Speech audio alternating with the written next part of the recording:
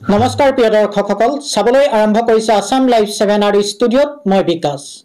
আমগুৰিৰ সুসন্তান তথা মৰাণ মহিলা মহাবিদ্যালয়ৰ প্ৰবক্তা দেৱব্ৰত মহন্তৰ কৃতিত্ব। ইউৰোপত বিক্ৰী হৈছে দেৱব্ৰত মহন্তদেৱৰ শিল্পকৰ্ম। হয় প্ৰিয় দৰ্শকসকল, আমগুৰিৰ সুসন্তান তথা মৰাণ মহিলা মহাবিদ্যালয়ৰ প্ৰবক্তা দেৱব্ৰত মহন্তই কঢ়িয়াই আনিছে সুখ্যাতি। ইউৰোপত বিক্ৰী হৈছে দেৱব্ৰত মহন্তদেৱৰ শিল্পকৰ্ম।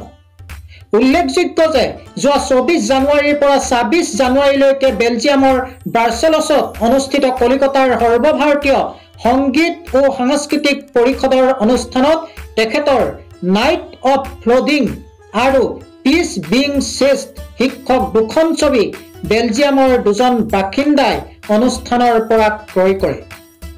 অসমৰ হৈ উক্ত অনুষ্ঠানত উপস্থিত থাকে গুৱাহাটীৰ মিণ্টু ডেকা আৰু মুম্বাইৰ দুজন চিত্ৰশিল্পী জিতেন্দ্ৰ পাণ্ডালিকৰ আৰু ৰবীন্দ্ৰ বসন্ত ৰাও।